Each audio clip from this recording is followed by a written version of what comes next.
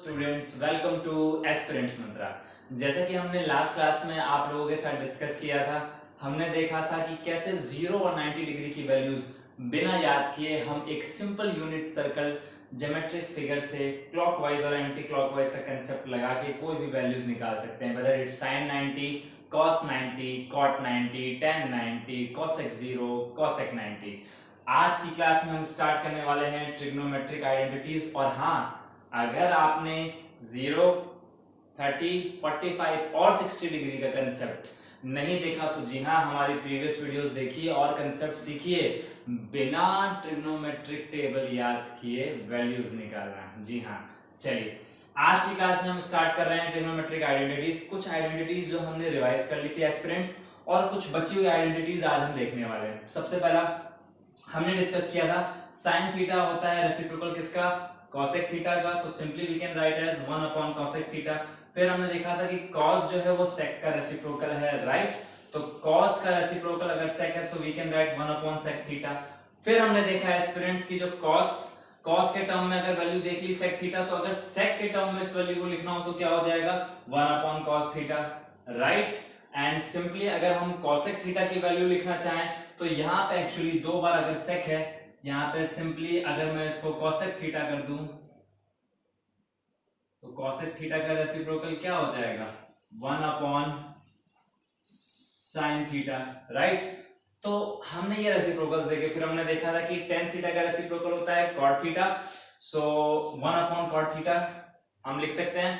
लेकिन अगर sin और cos के टर्म में रिप्रेजेंट करना हो tan थीटा को तो we can write as sin theta upon cos theta. और सिमिलरली अगर cot थीटा को भी sin और cos के टर्म में रिप्रेजेंट करना है तो aspirants we can write it as cos theta upon sin theta, क्योंकि cot थीटा तो tan थीटा का रेसिप्रोकल है, right.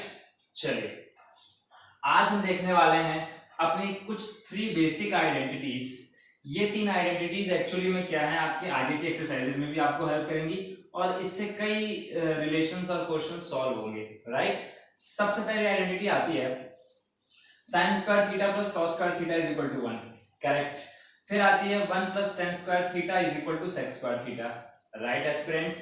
And then 1 plus cot square theta is equal to cosec square theta. अब भैया आइडेंटिटीज, ये 3 आइडेंटिटीज आ तो गई, लेकिन ये 3 आइडेंटिटीज आई कहां से, ये भी तो पता होना जरूरी है। और कैसे ये आइडेंटिटी की वैल्यू एक्चुअल में इस एक्सप्रेशन में आती है तो वो अभी हम आगे देखेंगे। उससे पहले एक और आइडेंटिटी वाला कंसेप्ट देखते हैं कि अगर हम फर्स्ट क्वाड्रेंट की बात करते हैं एस्पिरेंट्स, किसकी बात करते हैं, जी हाँ, फर्स्ट क्वाड्रेंट की। यानी कि अगर कोई भी कोऑर्डिनेट ज्योमेट्री फिगर है जिसमें 4 क्वाड्रेंट्स हैं, फर्स्ट, सेकंड, थर्ड और फोर्थ, तो ध्यान रखना हमेशा फर्स्ट क्वाड्रेंट में सारे ट्रिग्नोमेट्रिक रेशियोज पॉजिटिव होते हैं। जी हाँ, तो देखिए sin 90 minus theta will become cos theta, बिल्कुल सही।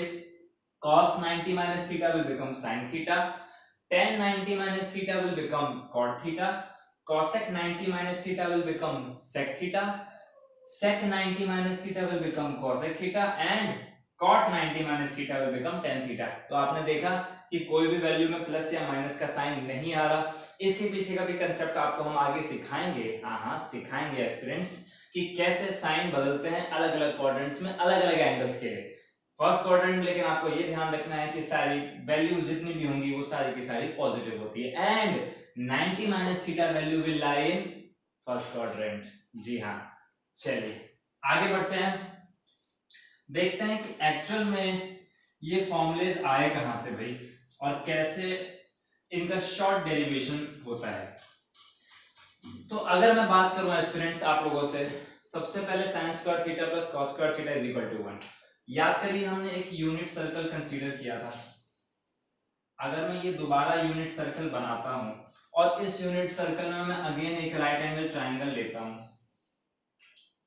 राइट एस्पिरेंट्स, तो अगर ये यूनिट सर्कल 1 रेडियस का है, ठीक है, यानी कि सिंपली वी कैन से इसका डायमीटर जो एक्चुअल में है वो 1 सेंटीमीटर है, 1 यूनिट सर्कल रेडियस है।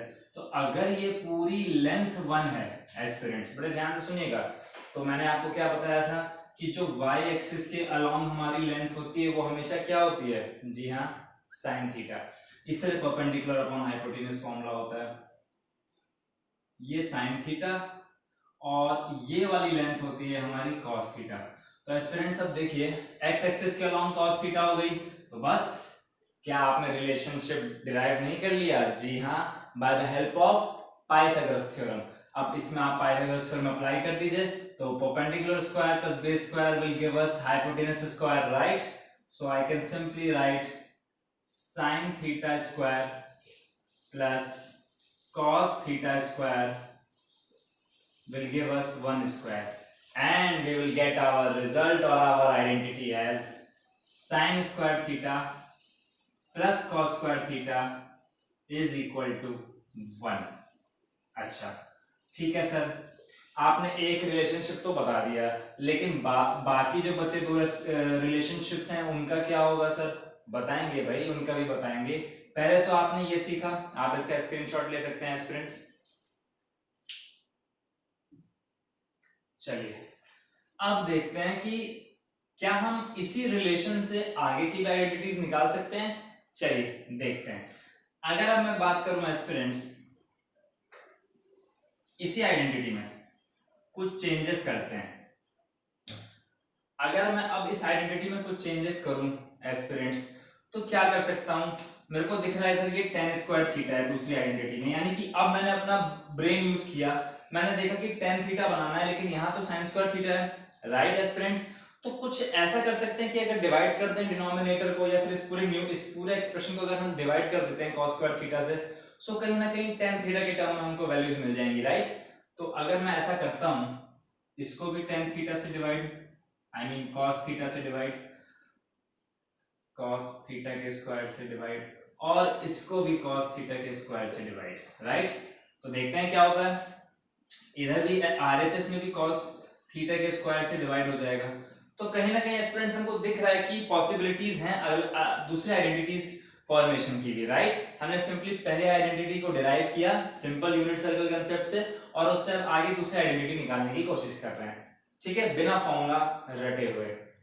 अब देखिए sin square theta upon cos square theta हमको पता है क्या होता है, tan स्क्वायर थीटा हो जाएगा प्लस cos थीटा से cos थीटा कैंसिल हो जाएगा, और जब cos थीटा और cos थीटा कैंसिल होगा तो ये आ जाएगा कहीं ना कहीं आपका 1, और 1 अपॉन cos स्क्वायर थीटा आप जानते हैं क्या होता है, cos रेसिप्रोकल किसका होता है? यस, sec स्क्वायर थीटा का। तो we will get as sec square theta. तो देखो हमने बिना दूसरी आइडेंटिटी याद किए सिंपली अपना दिमाग इस्तेमाल किया, और वो एक्सप्रेशन देखा आइडेंटिटी क्या है, हमने वो आइडेंटिटी भी डिराइव कर दी। सिंपली एक्सप्रेशन देखा, कंसेप्ट लगाया, जो फॉर्मूलेस पता थे सिंपल बेसिक उसको अप्लाई किया, और हमको ये हमारी वैल्यूज मिल गई। चलिए अब बात हुई इसकी, अब देखते हैं क्या इस आइडेंटिटी को भी हम प्रूव कर सकते हैं। चलिए देखते हैं।